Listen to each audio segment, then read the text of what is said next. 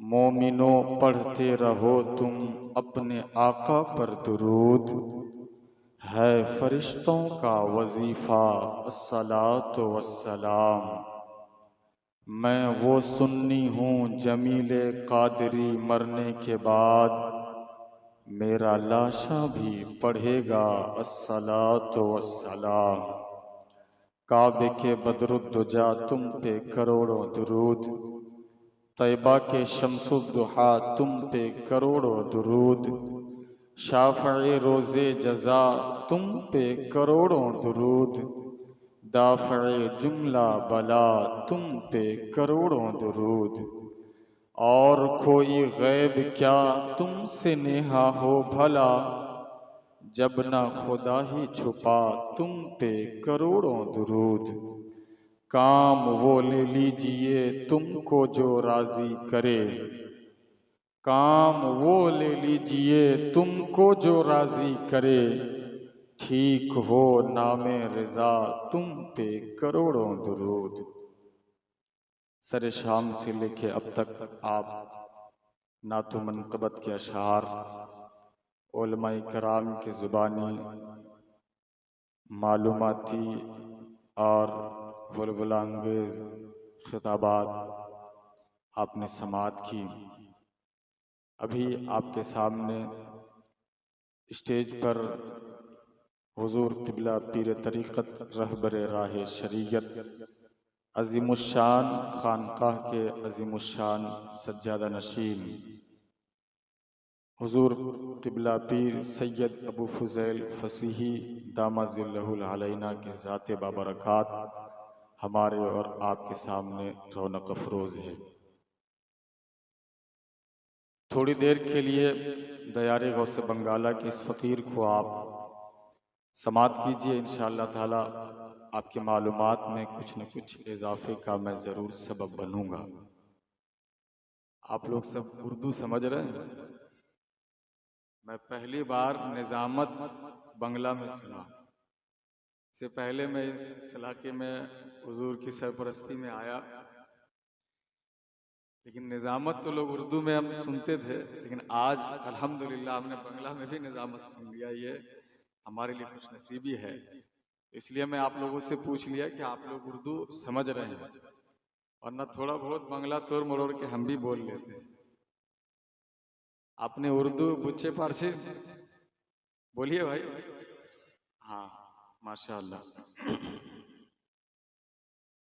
आइए कुछ सुनने और सुनाने से पहले दोनों जहान के मरकज़ अक़ीदत गुंबद खजरा में आराम फरमाने वाले आका व मौला, हम गरीबों के गमगुसार नाइबे परवरदिगार हाशमी सरकार कौनैन के अव्वलीन फसले बहार, अर्श की ज़ेबो ज़ीनत फर्श की तीबो नुज़हत नौशहे बज़्म जन्नत गोले बागे रिसालत मुस्तफ़ा जान रहमत, साक़िए कौसर शाफ़े महशर हुज़ूर अहमद मुज्तबा मोहम्मद मुस्तफ़ा सल्लल्लाहु ताला अलैहि वसल्लम की बारगाह में अक़ीदत व मोहब्बत के साथ बावाज़ बुलंद पूरा मजमा पढ़ने दुरूद पाक अल्लाहुम्मा सल्लि अला सय्यदिना व मौलाना मुहम्मदिन व अला आलि सय्यदिना व मौलाना मुहम्मदिन व बारिक व सल्लिम सल्लु अलैहि सलातन व सलामुन अलैका या रसूल अल्लाह सल्लल्लाहु ताला अलैहि वसल्लम।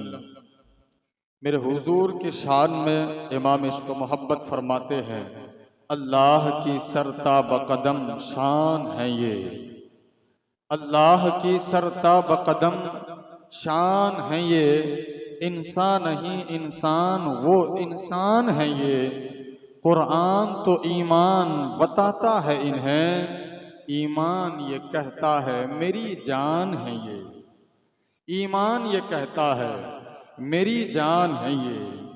अल्लाह रब्बुल करीम अल्लाह रब्बुल इज़्ज़त ने कुरान मुक़द्दस के पारा नंबर 20 सूरह नंबर 29 आयत नंबर 14 में एक पैगंबर का जिक्र किया, और उस पैगंबर का नाम है हज़रत नूह अलैहिस्सलाम।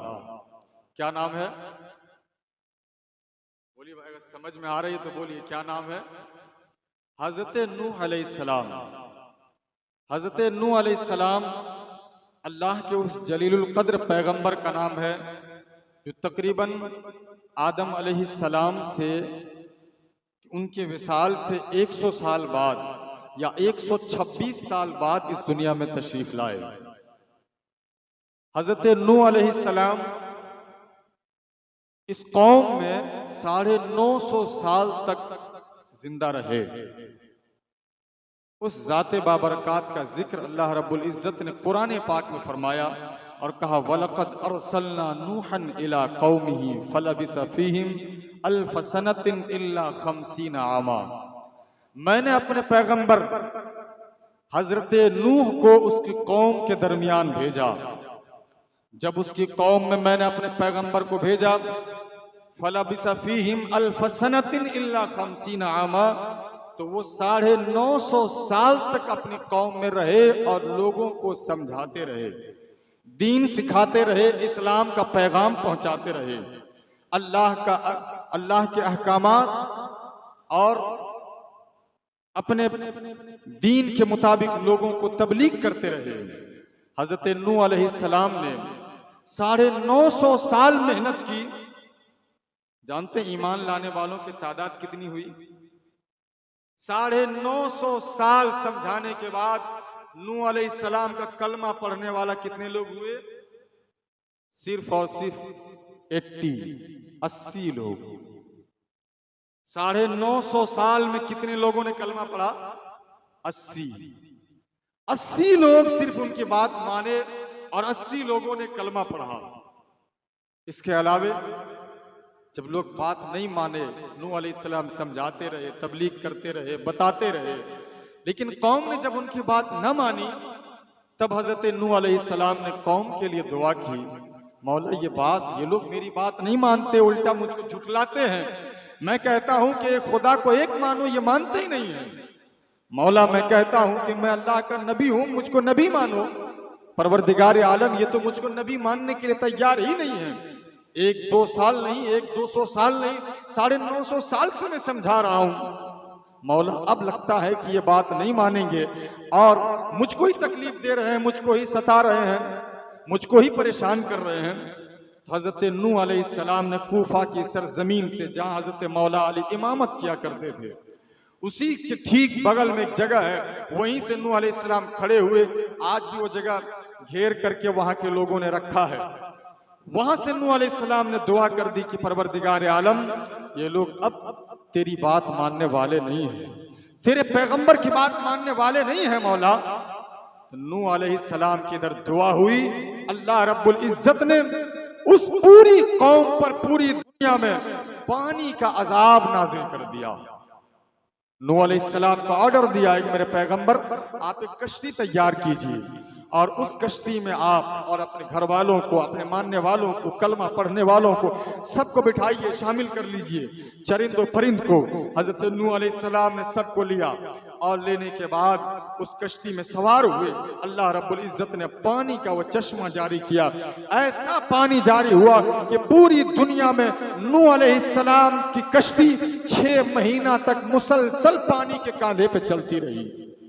6 महीना तक नूह अलैहिस्सलाम की कश्ती पानी पे चलती रही। 6 महीने के बाद उसी ईरान की सरजमीन पर एक पहाड़ है जिसका नाम है जूदी।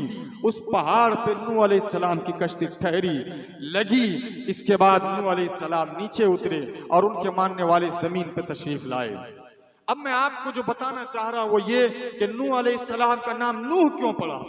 हालांकि इसके अलावे भी और भी बहुत सारे नाम हैं, जैसे उनका नाम अब्दुल जब्बार भी है, इसके अलावे और भी बहुत सारे नाम हैं, लेकिन नूह नाम पढ़ने की वजह क्या है मैं वो आपके सामने रखना चाहता हूं और इसके बाद मैं अपनी गुफ्तगू का सिलसिला बढ़ाता हूं। हजरत नूह अलैहिस्सलाम का नाम नूह इसलिए पढ़ा, उम्दतुल कारी जो बुखारी शरीफ की शरह है लिखते हैं कि नूह अलैहिस्सलाम, नूह का माने होता है बहुत ज्यादा रोने वाला, इसी से बना है नौहा। जैसे कि आमतौर पर किसी का इंतकाल कर जाता है तो औरतें रोती है, बहुत ज्यादा रोती है, कपड़े फाड़ लेती है, बाल बिखेर लेती है, तो इसीलिए उसको कहते हैं नौहा खानी। इसी तरह से मुहर्रम के मौके पे और दूसरे मौके पे जब जब बहुत ज्यादा रोया जाता है तो फिर उसको कहा जाता है कि ये नौहा खानी कर रही है, यानी ये बेहिसाब रो रही है। नूह अलैहिस्सलाम बहुत ज्यादा रोने वाले थे। क्यों रो रहे थे, रोने की वजह ये क्या थी? तो बुखारी शरीफ की शरह में ये बात मौजूद है। हजरत नूह अलैहिस्सलाम ने एक मर्तबा कुत्ते की शक्ल को देखा। जब कुत्ते को देखा तो कुत्ते की शक्ल नूह अलैहिस्सलाम को पसंद नहीं आई। कुत्ते की शक्ल नूह अलैहिस्सलाम को जब पसंद नहीं आई तो दिल में सिर्फ ये ख्याल किया, दिल में ये सोचा, किसी से कहा नहीं, दिल में ये ख्याल आया कि ये कुत्ते की शक्ल बड़ी अजीब है, ये देखने में जो है बड़ा अजीब महसूस हो रहा है, ये कैसी शक्ल लेकर के दुनिया में आया है। नूह अलैहिस्सलाम के दिल में ये ख्याल पैदा हुआ। जब नूह अलैहिस्सलाम ने अपने दिल में उस कुत्ते के सामने अपने ख्याल का इजहार किया, बोला नहीं, सिर्फ सोचा था, सिर्फ दिल में ख्याल आया था कि बड़ा बदशक्ल लेकर के ये कुत्ता जो है दुनिया में आया है। अल्लाह रब्बुल इज्जत ने कुत्ते को जुबान अता कर दी और कहा, ऐ मेरी मखलूक कुत्ता, तू मेरे पैगंबर के सामने अपनी जुबान खोल करके बात कर और मेरे पैगंबर से सवाल कर कि अल्लाह के पैगंबर नूह अलैहिस्सलाम, आप जो एतराज कर रहे हैं कि आपको मेरी शक्ल अच्छी नहीं लग रही है, तो बताइए आपका एतराज नक्श पर है या नक्काश पर है? आपका एतराज, आपका सवाल, आपको जो पसंद नहीं आ रही मेरी शक्ल, तो आपका एतराज किस पे है? इस चेहरे पे है या इस चेहरे को बनाने वाले पर है? नूह अलैहिस्सलाम के सामने कुत्ता बोलने लगता है और कुत्ता बोल पड़ता है, ऐ अल्लाह के पैगंबर, आपके दिल में जो ख्याल आया है, आप जो सोच रहे हैं, आपके जहनो दिमाग में जो बात गर्दिश कर रही है, घूम रही है, वो ये कि मेरी शक्ल आपको अच्छी नहीं लग रही है। तो जरा ये बताइए कि इस शक्ल पे आपको एतराज है या जिस खुदा ने इस शक्ल को बनाया है उस खुदा की बनावट पे आपको एतराज है? अल्लाह अकबर। जब उस कुत्ते ने सवाल किया था, हजरत नूह अलैहिस्सलाम खामोशी से सवाल सुनते रहे। इसके बाद वो कुत्ता कहता है, ऐ अल्लाह के पैगंबर, अगर आपका सवाल ये है कि नक्श जो मेरी शक्ल है, इस शक्ल पे आपको एतराज है, तो जरा मेरे एक सवाल का जवाब दीजिए कि अगर मेरी शक्ल आपको अच्छी नहीं लग रही है तो एक सवाल का जवाब दे दीजिए कि अगर इस शक्ल को बनाने का इख्तियार मुझको होता, अल्लाह अगर मुझको इख्तियार दे देता कि तू अपनी शक्ल अपने से बना ले, तो मैं कोई हसीन और जमील सूरत न बना लेता, मैं कोई खूबसूरत चेहरा नहीं बना लेता। इसके बाद आगे वो कुत्ता कहता है कि अगर आपको इस पे एतराज नहीं है बल्कि इस बात पर एतराज है कि जिसने मेरी शक्ल को बनाई है उसने अजीब शक्ल बना दी, तो फिर आपका एतराज उस खुदाए वहदहू ला शरीक की जात पर है, जिसने सारे मखलूकात को पैदा किया, जिसने आपके चेहरे को भी बनाया है, जिसने मेरे चेहरे को भी बनाया है। और खुदा पर एतराज करना यह जायज और दुरुस्त नहीं है। किसने कहा? किसने कहा? उस कुत्ते ने कहा। ये कुत्ते का सवाल, कुत्ते का जवाब था। पैगंबर हजरत नूह अलैहिस्सलाम समझ गए ये कुत्ता अपनी तरफ से नहीं बोल रहा है, इसको बुलवाने वाला खुदा की जात है। हजरत नूह अलैहिस्सलाम समझ गए कि ये कुत्ता खुद से नहीं बोल रहा है, इसको खुदा बुलवा रहा है, तब जाकर के ये कुत्ता बोल रहा है। अल्लाह के पैगंबर हजरत नूह अलैहिस्सलाम समझ गए और समझने के बाद अल्लाह की बारगाह में तौबा इस्तगफार करने लगे, अपनी सोच पे नादिम और शर्मसार हुए और खुदा की बारगाह में रोने लगे और खुदा से माफी मांगने लगे। माफी कितने दिन की थी, रोए कितने दिन थे जानते हैं? सिर्फ इस सोच की वजह से कि उसने कुत्ते की शक्ल पे एतराज किया था, मुसलसल हजरत नूह अलैहिस्सलाम 40 साल तक रोते रहे और खुदा से माफी मांगते रहे और कहा, मौला करीम, मैंने तेरे बनावट पे एतराज नहीं किया था, मौला मैंने कुत्ते की शक्ल पे एतराज नहीं किया था, मौला मैं तो एक इंसान हूँ, मेरे दिल में ये ख्याल आया जो सिर्फ ख्याल था, मैंने न कुत्ते से कहा न तुझसे फरियाद की, बस ये ख्याल था। मौला अपने ख्याल पे मैं नादिम और शर्मसार हूँ। 40 साल तक पैगंबर हजरत नूह अलैहिस्सलाम रोते रहे खुदा की बारगाह में। इसी रोने की वजह से अल्लाह रब्बुल इज्जत ने उस पैगंबर का नाम हजरत नूह अलैहिस्सलाम रख दिया। बात समझ में आई आप? एतराज ये था कि कुत्ते की शक्ल पसंद नहीं आई थी।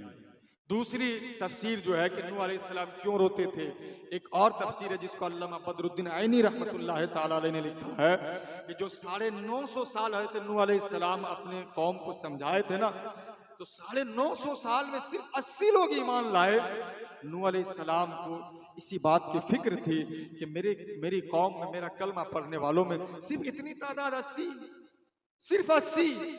जबकि दूसरे अंबिया कराम की तादाद तो हजारों लाखों करोड़ों में होगी। अब मेरा कलमा पढ़ने वाला सिर्फ 80 लोग रहेंगे। जानते हैं टोटल मैदान महशर में जो सफ़ें लगाई जाएगी उस सफ की तादाद 120 होगी। कितनी होगी? 120 सफ होगी मैदान महशर में।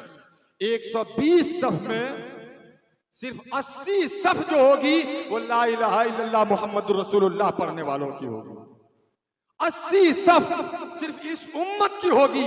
बाकी 40 सफ में सारे अंबिया किराम और उनका कलमा पढ़ने वाला, उनके मानने वालों की तादाद होगी। तो इसी बात की फिक्र थी हज़रत नूह अलैहिस्सलाम को कि मैं इतनी मेहनत से समझा रहा हूं, 1-2 साल नहीं, 100-200 साल नहीं, 950 साल तक समझाया, फिर भी लोग मानने को तैयार नहीं। और सिर्फ 80 लोग कलमा पढ़े। मेरे प्यारे मुसलमानों, वो अल्लाह के पैगंबर थे जिन्होंने अल्लाह के दीन पे अपने मानने वालों को, अपने चाहने वालों को, अपने अकीदतमंदों को समझाया और समझा करके उनको अल्लाह के रास्ते में लगाना चाहते थे। और अल्लाह रब्बुल इज्जत ने ऐसे बरगुज़ीदा बंदों के जरिए से उनके ख्यालात पे भी कंट्रोल करवाया। कहा कि तुम किसी को बुरा भला नहीं कह सकते हो, कहना तो दूर की बात, तुम किसी के बारे में सोच भी नहीं सकते हो। अल्लाह के उस पैगंबर पे, अल्लाह के उस पैगंबर को एहसास दिलाया कि सारी मखलूकात मेरी है, इसका बनाने वाला मैं हूँ, खुदा मैं हूँ, खालिक मैं हूँ, रोजी मैं देता हूँ, पैदा मैंने किया है, मौत भी मैं ही देने वाला हूँ और जिंदगी भी मैं ही देता हूँ। ऐ मेरे बंदो, तुम्हें किसी पे एतराज करने का हक नहीं है। अल्लाह रब्बुल इज्जत ने जितनी मखलूकात को दुनिया में पैदा किया है वो सारी मखलूकात को अल्लाह ने अपने एतबार से, अपनी मोहब्बत से, अपनी मर्जी से पैदा किया है। यह अलग बात है इंसान आज एक दूसरे को ताना दे रहा है, इंसान आज एक दूसरे के पीछे पड़ा हुआ है, इंसान आज एक दूसरे का मजाक उड़ा रहा है, इंसान, एक मुसलमान खुद दूसरे मुसलमान का मजाक उड़ा रहा है, एक मुसलमान खुद दूसरे मुसलमान की बुराई कर रहा है, एक मुसलमान खुद दूसरे मुसलमान की गीबत और चुगली करता है, एक मुसलमान खुद दूसरे मुसलमान को जलील करने में लगा हुआ है, एक मुसलमान खुद दूसरे मुसलमान की बेइज्जती करने में लगा हुआ है। अब आप सोचिए आज हमारा और आपका स्टेटस क्या है? हम क्या, कहां के, किस खेत के मूली हैं? वो तो अल्लाह के पैगंबर थे, वो तो अल्लाह के नबी थे, उनका मकाम और मर्तबा क्या था। लेकिन आज हमारा क्या स्टेटस है? ना हम सही से नमाज पढ़ पाते हैं, ना हमारे पास रोजे की दौलत है, ना हमारे पास कुरान की तिलावत है, ना हमारे पास हज्जो ज़कात है। लेकिन फिर भी आज एक मुसलमान दूसरे मुसलमान के पीछे, आज एक मुसलमान दूसरे मुसलमान की बेइज्जती करने में तुला है।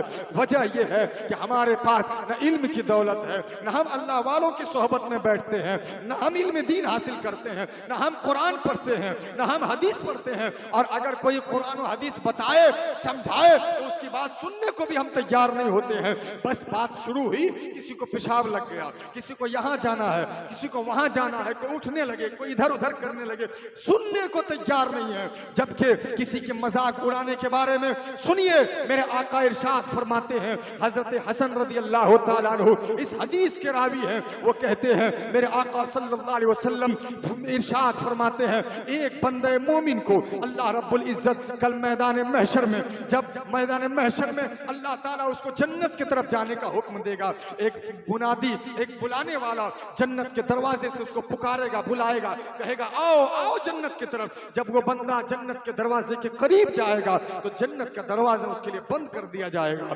फिर दूसरे दरवाजे से उसको बुलाया जाएगा। जब दूसरे दरवाजे के करीब वो लाचार और मजबूर होकर के जाएगा तो दूसरा दरवाजा भी उसके लिए बंद कर दिया जाएगा।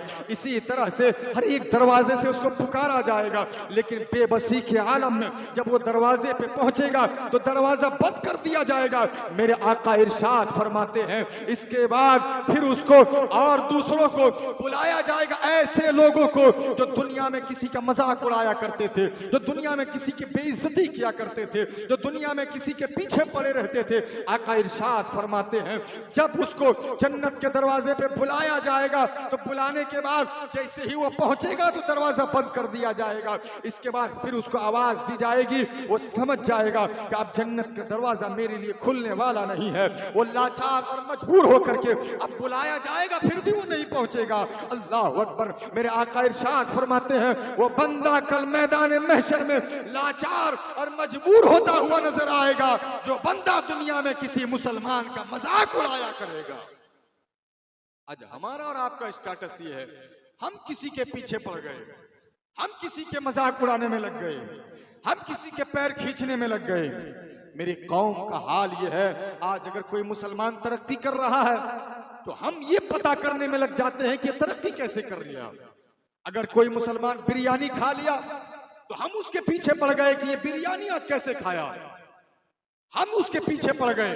अगर किसी का बच्चा आलिम दीन बन गया, अगर किसी का बच्चा पीर साहब के पास आके बैठने लगा तो हम ये सोचने लगते हैं कि बड़ा देखते हैं कि पीर साहब के पास अब इसका आना जाना होने लगा। इस तरह से आज मुसलमानों की हालत ये हो गई है कि हम दूसरे के पीछे पड़ने की आदत लगा लिए हैं, आदत बना लिए हैं।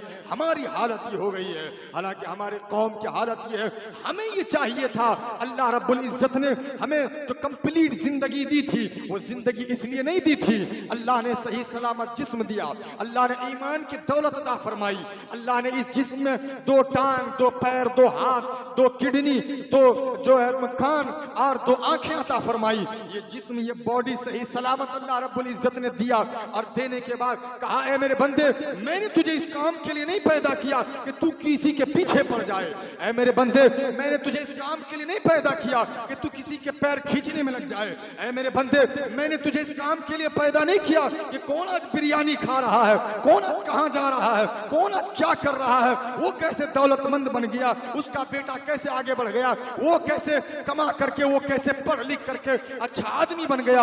अल्लाह ने फरमाया, नहीं नहीं, मैंने जो तुझे जिस्म सही सलामत दिया है, मैंने तुझे जो जुबान सही सलामत दी है, मैंने तुझे जो आंख सही सलामत दिया है, मैंने तुझे जो दिल सही सलामत दिया है, ऐ मेरे बंदे, इस जुबान को मैंने किसी दूसरे के पीछे पड़ने के लिए, लगाने के लिए नहीं दिया है। जिस खुदा ने पैदा किया है वो खुदा ऐलान करता है, या अय्युहल्लज़ीना आमनुज़्कुरुल्लाह ज़िक्रन कसीरा वसब्बिहूहु बुकरतन व असीला।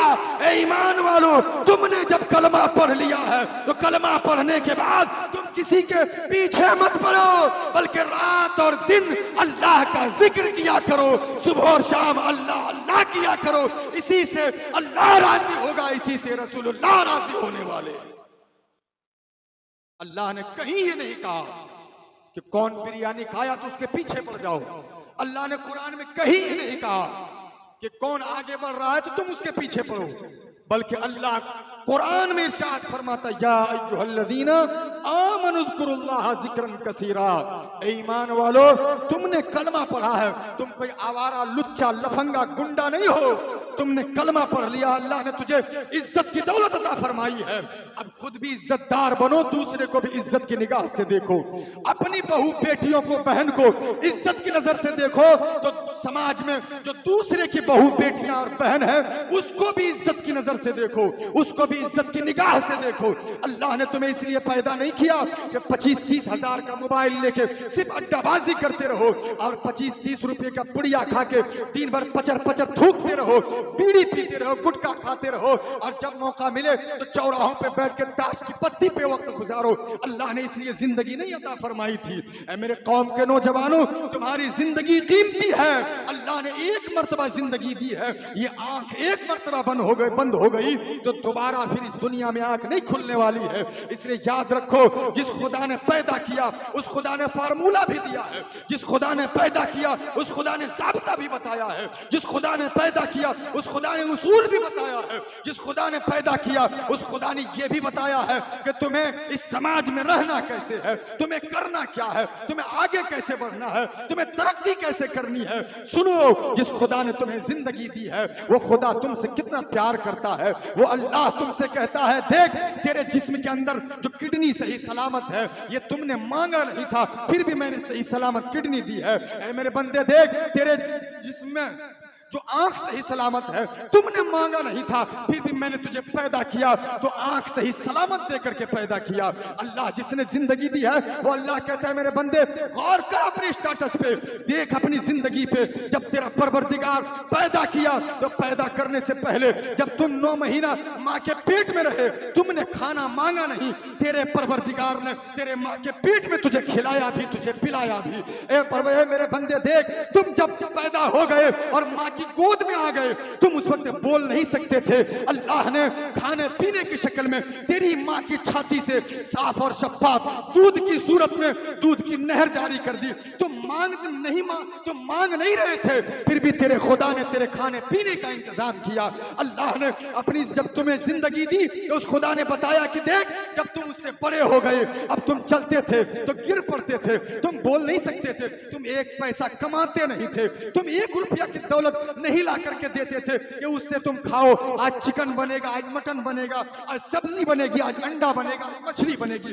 नहीं मेरे बंदे, तुम्हारे अंदर ये फिक्र नहीं थी, तुम ये सोचते भी नहीं थे, क्योंकि तुम्हारे अंदर वो शऊर नहीं था। फिर भी तेरा परवरदिगार तुझे अच्छा खिलाता भी था, तुझे पिलाता भी था। ऐ मेरे बंदे देख, तेरा खुदा वो है जो तुझे माँ के पेट से खिला रहा है, और बचपन में भी तुझे खिलाया है, जवानी में भी तुझे खिला रहा है, बुढ़ापे में भी तुझे खिलाएगा। अब ये मेरे बंदे देख, जो जो तुझे चाहिए था वो खुदा वक्त पे, टाइम पे सब कुछ तुझे देता रहा। और जब तुम बड़े हो गए, बालिग हो गए, अब तेरा परवरदिगार क्या चाहता है, तेरा खुदा तुझसे क्या चाहता है? तेरे खुदा ने तुझसे जवानी नहीं मांगी, तेरे खुदा ने तुझसे किडनी नहीं मांगी, तेरे खुदा ने तुझसे आंख नहीं मांगी, तेरे खुदा ने तुझसे हाथ नहीं मांगा, तेरे खुदा ने तुझसे सर नहीं मांगा, तेरे खुदा ने तुझसे पैर नहीं मांगा, तेरे खुदा ने तुझसे दिल नहीं मांगा, तेरे खुदा ने तुझसे जुबान नहीं मांगी। वो खुदा जिसने तुम्हें माँ के पेट से लेकर जवानी से लेकर बुढ़ापा अता किया, वो खुदा क्या चाहता है? पर कुरान ऐलान करता है, वो खुदा ये चाहता है, या अय्युहल्लज़ीना आमनुज़्कुरुल्लाह, ए मेरे बंदे, जब सुबह को उठो तो मुझे याद कर लो, जब शाम हो जाए तो सिर्फ तुम मुझे याद कर लो। इसी में तेरा परवरदिगार खुश होता हुआ नजर आए। वो खुदा सिर्फ ये चाहता है कि तुम सिर्फ मुझे याद कर लो, वो खुदा तुमसे खुश हो जाएगा। वो और कुछ नहीं मांगता तेरा खुदा तुझसे। और एक बात है, जब तुम खुदा को याद करोगे, अच्छा एक बात बताइए, हमारे नौजवान यहाँ बैठे और आजकल तो ये बातें हमारे बुजुर्गों में भी आ गई है, कॉमेडी देखना, मोबाइल निकाले पट पट पट पट पट पट पट, ये सीरियल, ये कॉमेडी, और इसके बाद मोबाइलों में एक से एक चीजें बड़े शौक से देखते हैं। आहा, बचवा क्या स्टाइल कर रहा है। ये सारी चीजें हमारे समाज में, हमारे कौम में हो रहा है, ये बातें पाई जा रही हैं। मैं आपसे पूछना चाहता हूं, दुनिया का कोई भी एक इंसान बताओ जिसको तुम मालदा की सरजमीन पे, फरक्का की सरजमीन पे यहां बैठकर याद करते हो, उसकी रील देखते हो, उसकी कॉमेडी देखते हो, वो जहां रह रहा हो वहां उसको खबर हो जाती हो। एक इंसान बताओ, तुमने 20 साल 40 साल मोबाइल का इस्तेमाल किया, 25,000 का मोबाइल घंटों उस मोबाइल में लगाए, रात के 12 बजे 1 बजे जिस मोबाइल में वक्त देते हो और देखते हो फिल्में, ड्रामे, सीरियल, कॉमेडी, कार्टून, जो अपने बच्चों को आज तुम दिखा रहे हो, सिखा रहे हो, घंटों वक्त देते हो, क्या वो बंबई का हीरो, क्या वो नाचने वाली, क्या वो कॉमेडी करने वाला कभी आपको भी याद किया है? आपने कितना वक्त दिया मोबाइल के पीछे? अपनी जिंदगी का कैलकुलेट करो, हिसाब करो, और याद रखो, जब हिसाब की बात आई है तो मैं एक बात आपको बताऊं, अल्लाह के रसूल सल्लल्लाहु ताला अलैहि वसल्लम इरशाद फरमाते हैं, हजरत मुआज बिन जबल रदी अल्लाह ताला अन्हु इस हदीस के रावी हैं, वो अल्लाह के रसूल फरमाते हैं, ऐ मुआज, अल्लाह ताला मैदान महशर में मोमिन बंदों से उसके हर एक चीज का हिसाब लेगा, हर एक चीज का। कितनी बातों का हिसाब लेगा जानते हैं? मेरे आका फरमाते हैं, अगर किसी बंदे ने आंख में सुरमा लगाया होगा तो अल्लाह उससे भी पूछेगा कि बता तू किस मकसद से आंखों में सुरमा लगाया। याद रखो, मेरे आका फरमाते हैं, किसी ने आंख में सुरमा लगाया होगा तो उससे उस आंख में लगे हुए सुरमे का भी हिसाब देना होगा। और इसके बाद आगे आकर इरशाद फरमाते हैं, ए मुआज, मैं ये नहीं चाहता कि कल मैदान महशर में तुम नेकी लेकर के आओ और दूसरे लोग तुम्हारी नेकी को लेकर के चले जाएं, दूसरे लोग तुम्हारी नेकी को लेकर के चले जाएं। मुआज, मैं ये नहीं चाहता। मेरे आका क्या बताना चाह रहे हैं कि मेरी नेकी दूसरे लोग लेके चले जाएंगे? ये कैसे हो सकता है? ये बात आपको समझ में नहीं आई होगी। शुरू में कोई तालिब इल्म जब पढ़ता है तो उसको समझ में नहीं आता, आपको क्या समझ में आएगी। इस बात की तायीद दूसरी हदीस से होती है। हजरत अबू इमामा बाहिली रदी अल्लाह ताला अन्हु इस हदीस के रावी हैं। एक हदीस और सुनिए, हदीस सुनेंगे आप लोग, सुनने के लिए तैयार हैं? बात समझ में आ रही है तो एक मर्तबा कहिए सुभान अल्लाह। अब जो मैं आपको हदीस बताने जा रहा हूं, उस हदीस में अल्लाह कितनी सी चीजों का हिसाब लेगा उसका जिक्र है, कितनी सी चीजों का हिसाब लेगा उसका जिक्र है। हजरत अबू इमामा बाहिली रदी अल्लाह ताला अन्हु इस हदीस के रावी हैं। वो कहते हैं अल्लाह के रसूल सल्लल्लाहु अलैहि वसल्लम इरशाद फरमाते हैं कि कल अल्लाह ताला अपने इज्जत की कसम खा के फरमाएगा, मैदान महशर में अल्लाह फरमाएगा मुझे मेरी इज्जत की कसम, आज हर एक जालिम के जुल्म का हिसाब किए बगैर आज वो नहीं रह सकता है, छुटकारा नहीं पा सकता। इसके बाद मेरे आका इरशाद फरमाते हैं कल मैदान महशर में आवाज लगाई जाएगी एक बंदे के बारे में, फला बिन फला कहाँ है, उसका नाम लिया जाएगा, उसके बाप का नाम लिया जाएगा। सुनिए, ए बाबू बैठो बैठो बैठो, हदीस सुन लो, सुनो फिर जाकर के तो मालूम है तुम क्या। हदीस सुनिए, हदीस और कुरान जब बयान किया जाए तो उस वक्त उठने का नहीं है, बेअदबी होती है। सुनिए, अगर जरूरत है बहुत ज्यादा तो जरूरत से जा सकते हैं, वरना सुनिए, तवज्जो के साथ सुनिए, ऐसा मौका बार बार नहीं आता। कहाँ पीर साहब मिलेंगे, कहाँ उलमाए कराम मिलेंगे, कहाँ इस तरह की महफिलें होंगी। ये महफिल ये भी कल आपको मैदान महशर में काम आने वाली है। इस नीयत से आप बैठिए कि यहाँ से हम कुछ लेके जाएं, और जिस महफिल में बैठे हैं अल्लाह ताला इस महफिल के सदक़े में हमारी मग़फ़िरत फरमा दे, इस नीयत से आप बैठिए। मेरे आका फरमाते हैं कि कल जब खुद अल्लाह कहेगा कि मुझे मेरी इज्जत व जलाल की कसम, आज कोई भी जालिम बगैर हिसाब व किताब दिए हुए आज यहाँ से नहीं जा सकता, चारा नहीं है, छुटकारा नहीं पा सकता है। मेरा आका इरशाद फरमाते एक शख्स का नाम लेके और उसके बाप का नाम लेके मैदान महशर में बुलाया जाएगा, कहाँ है फला बिन फला।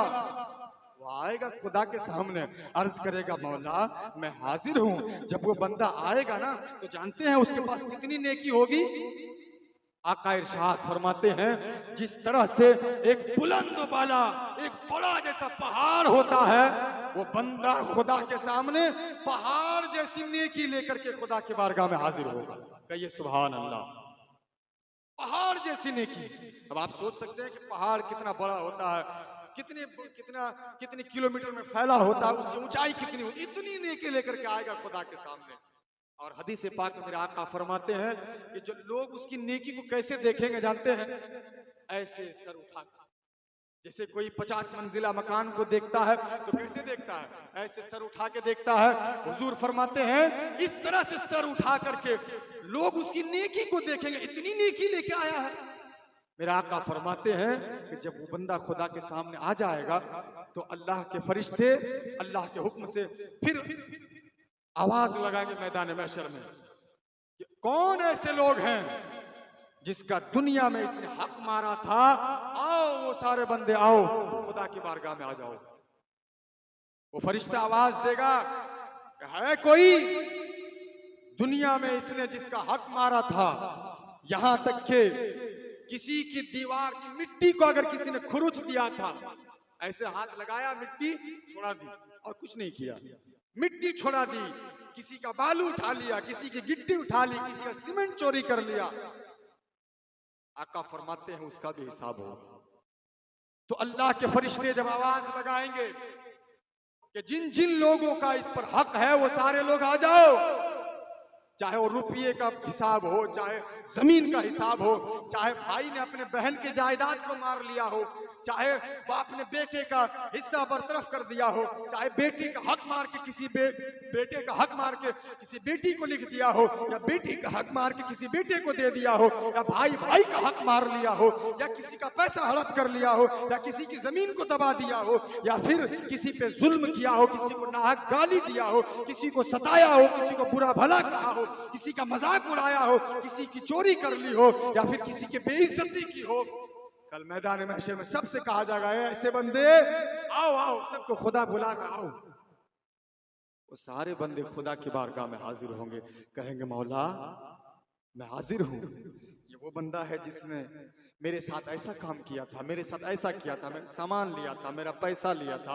कोई कहेगा मेरी जमीन हड़प लिया था, कोई कहेगा मौला इसने जो है मेरी जायदाद हड़प ली थी, कोई कहेगा मौला इसने मेरे घर पे कब्जा कर लिया था, कोई कहेगा मौला इसने मेरा हिस्सा नहीं दिया था, मौला ये मेरा भाई था लेकिन मेरे बाप का जब इंतकाल हो गया ना तो मेरा हिस्सा नहीं दिया बल्कि ये सारा हिस्सा सब ये यही रख लिया था। कोई कहेगा मौला करीम मेरे पास तो जो पैसे थे मैंने इसको रखने के लिए दिया था लेकिन इसने हड़प कर दिया। कोई कहेगा मौला मेरी दुकान में ये उधार खाया था लेकिन खाने के बाद इसने इनकार कर दिया। कोई कहेगा मौला इसने मुझसे लिया था 10,000 रुपया लेकिन पैसा वापस नहीं किया। ये सारे लोग मैदान महशर में पहुंच जाएंगे।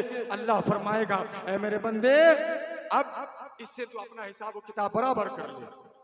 अल्लाह कहेगा इससे जो पहाड़ जैसी नेकी लेके आया था ना, अल्लाह कहेगा इससे अब अपना हिसाब व किताब बराबर कर ले। अल्लाह के बंदे कहेंगे मौला मैं इससे कैसे हिसाब लूं, क्या हिसाब लूं, इसके पास तो कुछ है ही नहीं, ना इस पास पैसा है, ना तो यहाँ पे जमीन है, यहाँ पे ना जायदाद है, ना यहाँ पे दौलत है, ना यहाँ पे जो है ये मकान लेके आया है, ना यहाँ पे जो है ये किसी का कुछ सामान लेके आया, तो क्या हिसाब किताब बराबर करें। यही वजह है कि आज आपसे कहा जाता है ना कि भाइयों का हक दे दीजिए, बहनों का हक दे दीजिए। आप मार के ही करेंगे क्या? कब्र में ना अलमारी है ना आपके कफन में जेब होगा। कहां पैसा लेके जाएंगे आप? अगर आपने किसी का पैसा मारा है कहां लेके जाएंगे, कब तक?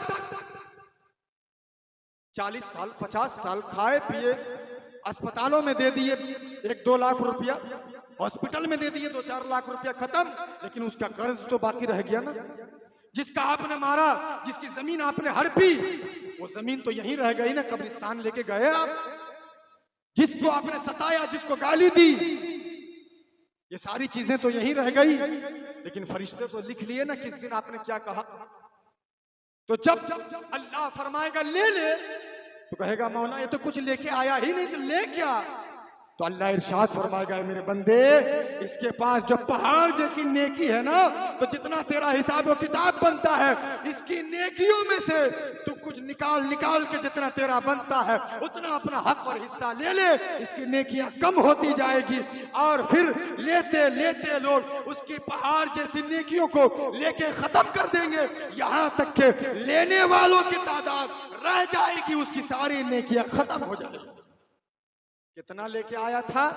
पहाड़ जैसा, और अभी लेने वालों की तादाद बाकी है, नेकियां खत्म हो गई, लोग बचे होंगे। अब खुदा फरमाएगा उन लोगों से मेरे बंदे तू क्यों खड़ा है, तू भी ले ले।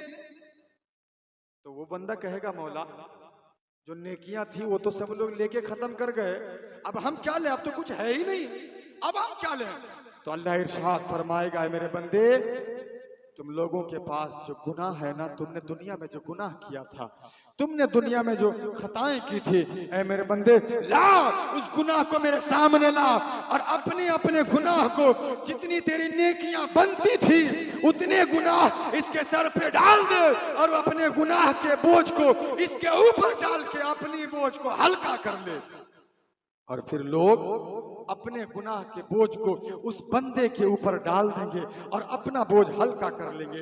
अल्लाह अकबर। मेरे आका इरशाद फरमाते हैं कल मैदान महशर में ऐसा बंदा अपना भी बोझ उठाएगा और अपने बोझ के साथ साथ कई और लोगों का भी बोझ उठाएगा। मेरे प्यारे मुसलमानों, यही वो बात थी जो मैं आपको बताना चाहता था कि आपने आज दुनिया में किसी को सताया, किसी को गाली दी, किसी का हड़पा, किसी का दिल दुखाया, किसी को तकलीफ पहुंचाई, ये कब तक 20 साल 30 साल 40 साल 50 साल तक, इसके आगे आप कुछ नहीं कर सकते। मरते वक्त आपको कुछ भी नहीं आप किसी का कुछ कर सकते हैं। जब मौत का फरिश्ता आ जाएगा आपके पास, आंखें आपके पास होगी, जिस्म आपके पास होगा, पैर आपके पास होगा, लेकिन कुछ काम करने वाला नहीं है। आखिरी वक्त होगा तो सिर्फ आप आंख से देख रहे होंगे, ये बाप है, ये भाई है, ये माँ है, ये चचा है, ना आप अपने हाथ से खा सकेंगे, ना कुछ बोल सकेंगे, ना किसी को कुछ कर सकेंगे, ना दे सकेंगे, ना ले सकेंगे, कोई काम नहीं आने वाला है। आखिर में आपकी मौत हो जाएगी, लोग जल्दी से घर से बाहर निकाल देंगे। जो बंगला, जो मार्बल, जो टाइल्स का घर था, लोग आपके बाप, आपके बेटे, आपके चचा, आपके भाई वही कहेंगे जल्दी निकाल इसको घर से बाहर, और बाहर निकाल करके आंगन में रखेंगे। जल्दी से आपके कफन का इंतजाम होगा। इसके बाद वही 2 गज जमीन होगी जहाँ के रात दिन बारिश होती रहती है तो टप टप टप टप पानी चूता रहता है, कोई देखने वाला नहीं, कोई झांकने वाला नहीं, ना एक बल्ब होगा, ना एक मरकरी, ना कोई लाइट होगी, ना कोई देखने वाला जाएगा, ना कोई कंबल, ना कोई बिस्तर, ना कोई जो है ओढ़ना, ना कोई बिछौना होगा। ऐसी जगह पे जाकर के लोग आपको दफन करके चले आएंगे मेरे भाई। फिर वो जुल्म करने से क्या फायदा मेरे भाई। फिर आप जो वक्त यहाँ वहाँ देख गुजार रहे हैं, जो अल्लाह ने जिंदगी दी थी ताकि आप इस जिंदगी को कामयाब बनाएं, ताकि आप इस जिंदगी में किसी लायक बने, ताकि आप इस जिंदगी को एक खूबसूरत और अल्लाह के बारगाह में जिंदगी को लगाएं। आपने जिस जिंदगी को पान पुड़िया में, गुटखा में, खैनी, बीड़ी, सिगरेट में, आपने ताश के पत्तों में, शराब की बोतलों में, माँ बाप को सताने में और दूसरों को धोखा देने में, बुजुर्गों को तकलीफ पहुंचाने में और मस्जिदों से दूर रह करके जो जिंदगी आपने गुजारी है, बस आपकी जिंदगी इतनी है कि वहीं आपकी जिंदगी खत्म होगी और फिर आपसे पाई पाई का हिसाब लिया जाएगा। जैसे ही आपकी आंखें बंद होगी, सारी बातें, सारी दुनिया के रिश्ते खत्म, आपको एक एक बात का हिसाब देना होगा खुदा की बारगाह में। और फिर जो जिंदगी वहां आपकी शुरू होगी, अल्लाह रब्बुल इज्जत उसी जिंदगी के बारे में कहता है, ऐ मेरे बंदो, तुम जब किसी को याद करते हो, किसी को मोबाइल के जरिए से किसी का तस्करा करके बैठ करके, जो मेरी माँ बहनें इसकी बातें करती है, फलाने की बहू की बात, फलाने की बीवी की बात, फलाने के दुल्हन की बात, तो फलाने की अम्मा की बात, फलाने की बेटी की बात, और फिर दूसरे की गिबत, दूसरे की चुगली, दूसरे की शिकायत, दूसरे की घर की बातें क्या करती है मेरी माँ बहन। आप भी कान खोल करके सुन लीजिए, आप जिसके बारे में बातें कर रहे हैं उसको ना आपके बात की खबर है, ना ही उसको आपकी बातों का पता है। और मेरे नौजवान, मेरे बुजुर्ग, जिस कॉमेडी सीरियल को देख करके, जिस टीवियों में, जिस गाने पे, जिस मोबाइलों पे बैठ करके, चौक चौराहे पे जिस ताश पत्तों के जरिए से और जिस सिनेमा और जिस मंजर, गलत मंजर को देख करके आप वक्त गुजार रहे हैं, ना आपके बारे में वो एक मिनट के लिए सोचता है, ना आपके बारे में वो कभी सोचने की कोशिश करता है, ना ही आपको वो जानता है, ना ही आपको पहचानता है। सिर्फ उसने मोबाइल पे अपना व्यूअर्स बढ़ाने के लिए, अपनी पर्सनालिटी बनाने के लिए और फिर अपने लोगों के दरमियान एक पहचान बनाने के लिए वो कोई गाने शूटिंग कर रहा है, कोई फिल्म शूटिंग कर रहा है, कोई जो है तरह तरह के ड्रामे शूटिंग कर रहा है। और हमारा काम यह है कि हमें अल्लाह ने जो जिंदगी दी है, हम उस जिंदगी को, उस गाने को देखने में, उस फिल्म को देखने में, उस जो है बेहयाई के मंजर को देखने में, हम जो है उस सीरियल को देखने में अल्लाह की दी हुई कीमती जिंदगी को गुजार देते हैं। और फिर ये जिंदगी जो अल्लाह ने कीमती बनाई थी, जो अल्लाह ने अपनी याद के लिए बनाई थी, अल्लाह ने जो जिंदगी दी थी अपनी याद के लिए, आपने दूसरों की याद में जिंदगी गुजारी, आपको वो एक सेकंड के लिए, एक लम्हा के लिए भी याद नहीं करता है। लेकिन कुर्बान जाइए उस खुदा की जात पे, जिस खुदा ने आपको जिंदगी दी, जिस खुदा ने आपको 8-9 महीने पेट से लेकर के बचपन से लेकर जवानी से लेकर बुढ़ापे तक आपका ख्याल रखा।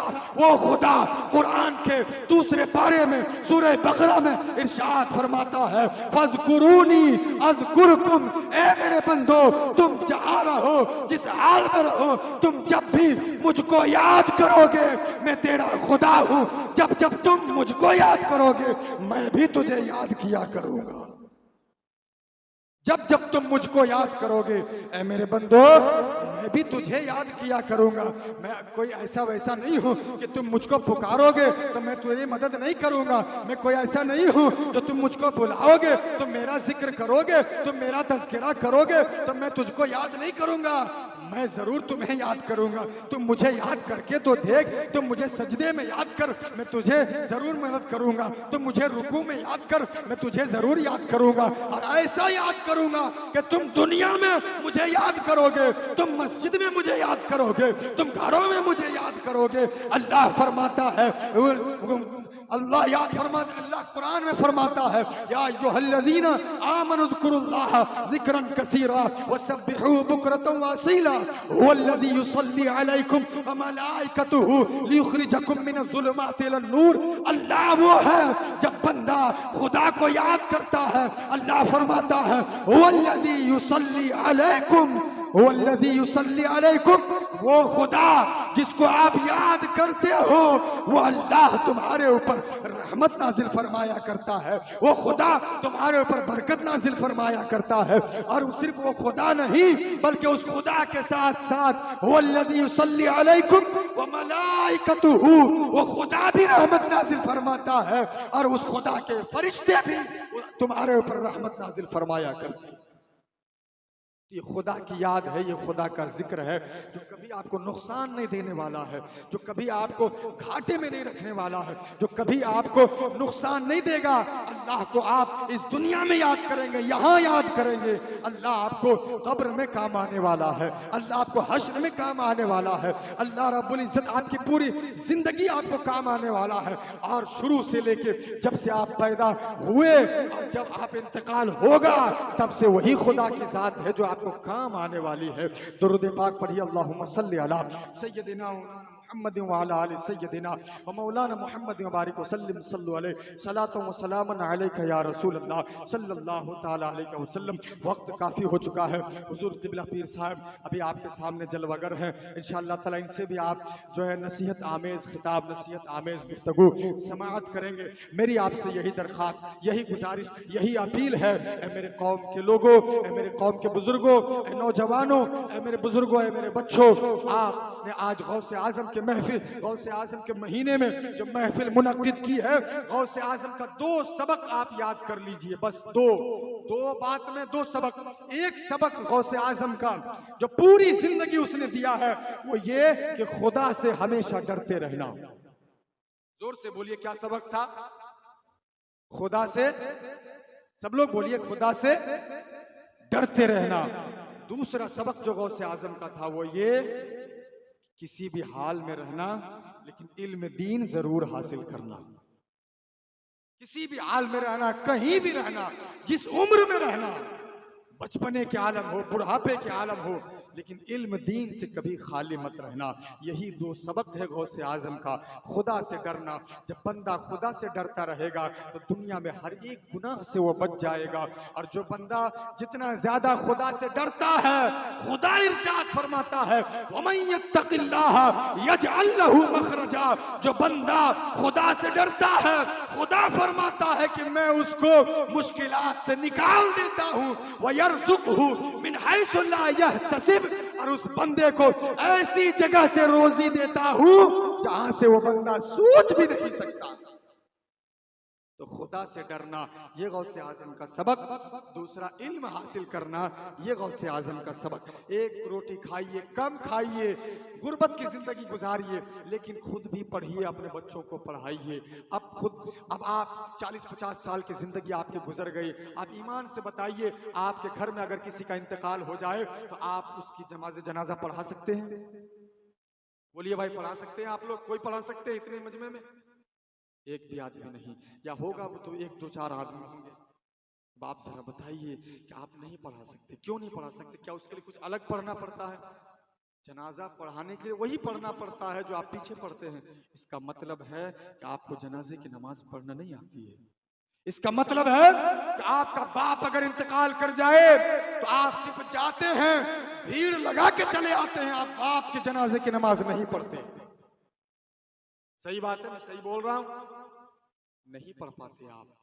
कितने अफसोस की बात है, जिस बाप ने आपके लिए पूरी जिंदगी मेहनत की, बाप ने सायादार दरख्त की तरह सारी मुसीबत को आपके लिए झेला, लड़ाई झगड़ा भूख प्यास एक एक रुपया करके मेहनत से कमाया, लेकिन कितनी कम नसीबी की बात हो, बाप जब मर जाता है तो बेटा जनाजे की नमाज नहीं पढ़ सकता। क्यों?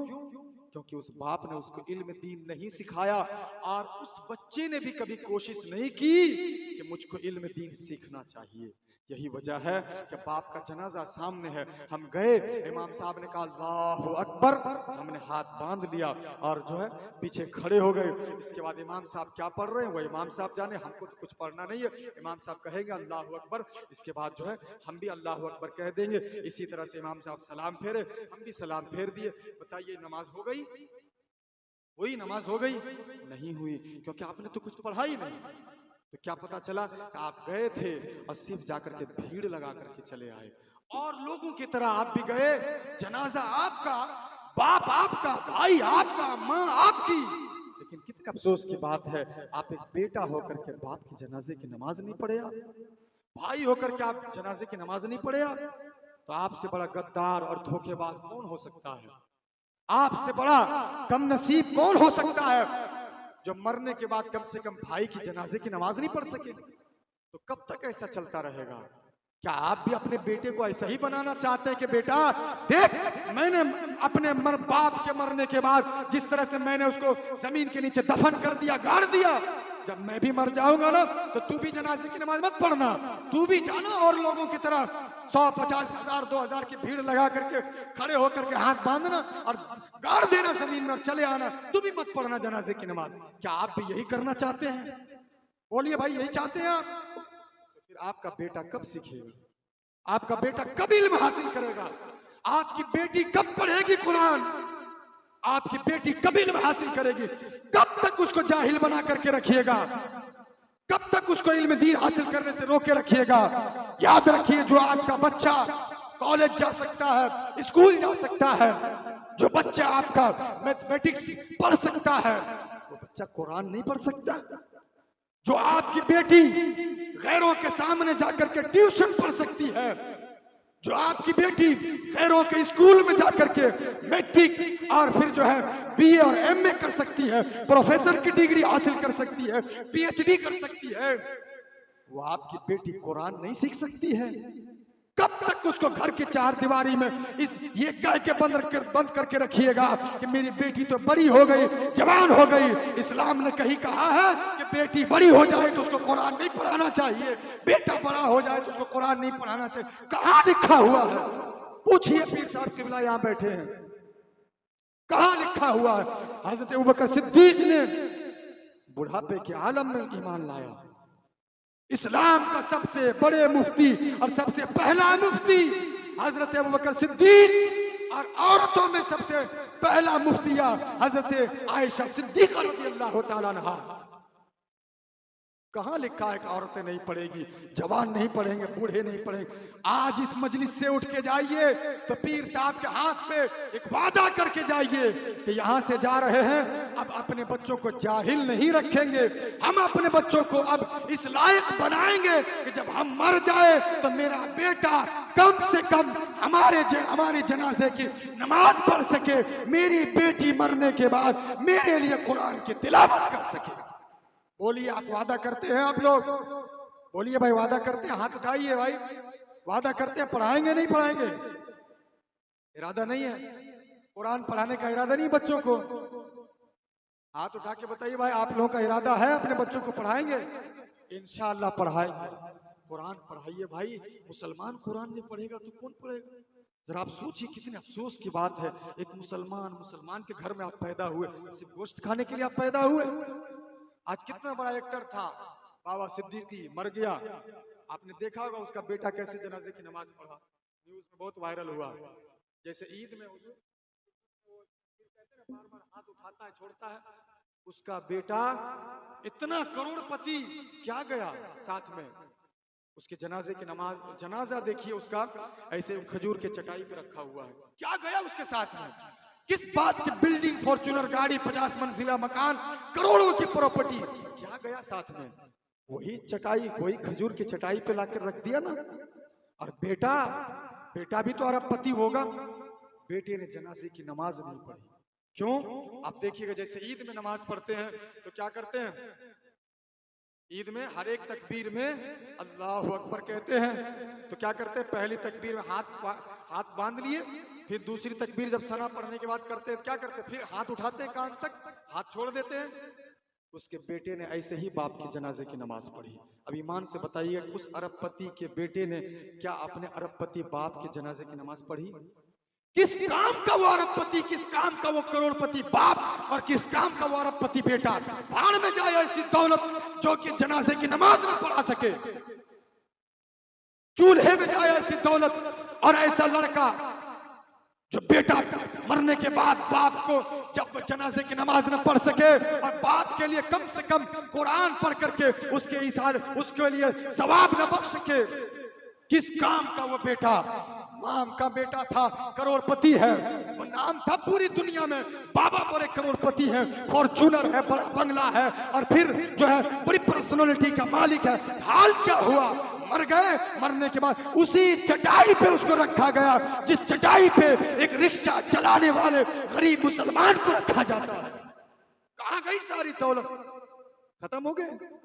आज आप जैसे गरीब मुसलमानों को सबक सीखना चाहिए। मत देखिए ऊपर उठा करके कि वो तो करोड़पति है साहब, वो तो बड़े बंगले का मालिक है, उसके पास तो फॉर्चूनर है। मत नजर उठा करके देखिए, अल्लाह का शुक्र अदा कीजिए कि अल्लाह ने आपको झोपड़ी में रखा है, लेकिन कुरान जैसी अज़ीमुश्शान किताब पढ़ने की सादत और दौलत आपको अता फरमाई है। कुरान अगर आपको पढ़ना आता है तो फॉर्चूनर और वो बंगले वाले की हैसियत आपके सामने जीरो है, जीरो। वो बंगला किस काम का जिस बंगले में कुरान की तिलावत नहीं होती हो, वो गाड़ी किस काम की जिस गाड़ी पे चलता हो लेकिन गाड़ी पे चढ़ने के बाद उसको सफर की दुआ ना याद हो, वो बेटा किस काम का जो बेटा कड़ियल जवान तो हो काजू किशमिश और मुनक्का खा करके, लेकिन उस बेटे को मरने के बाद बाप के जनाजे की नमाज पढ़ना ना आता हो। तो आप भी अपने बच्चों को अगर ऐसा ही बनाना चाहते तो देख लीजिए, दुनिया का जो हाल है वही आपका भी हाल होगा। और अगर बदलना चाहते हैं तो आज बदलिए, वक्त का इंतजार मत कीजिए, एक इरादा लेकर के उठिए। अपने हर घर में जो मेरा बेटा है, जो मेरी बेटी है, सबको कुरान पढ़ाएंगे, इस्लाम सिखाएंगे और इतना जरूर सिखा देंगे कि वो बेटा कम से कम सही नमाज पढ़ सके, सही कुरान पढ़ सके, सही से रोजे रख सके, इस्लाम के मुताबिक मेरा बेटा भी सही से जिंदगी गुजार सके, मेरी बेटी भी इस्लाम के मुताबिक अपनी जिंदगी गुजार सके। इन्हीं चंद जुमलों के साथ मैं अपनी बात खत्म करता हूँ। व आखिरु दावाना अल्हम्दुलिल्लाहि रब्बिल आलमीन। अस्सलामु अलैकुम व रहमतुल्लाहि व बरकातुहू।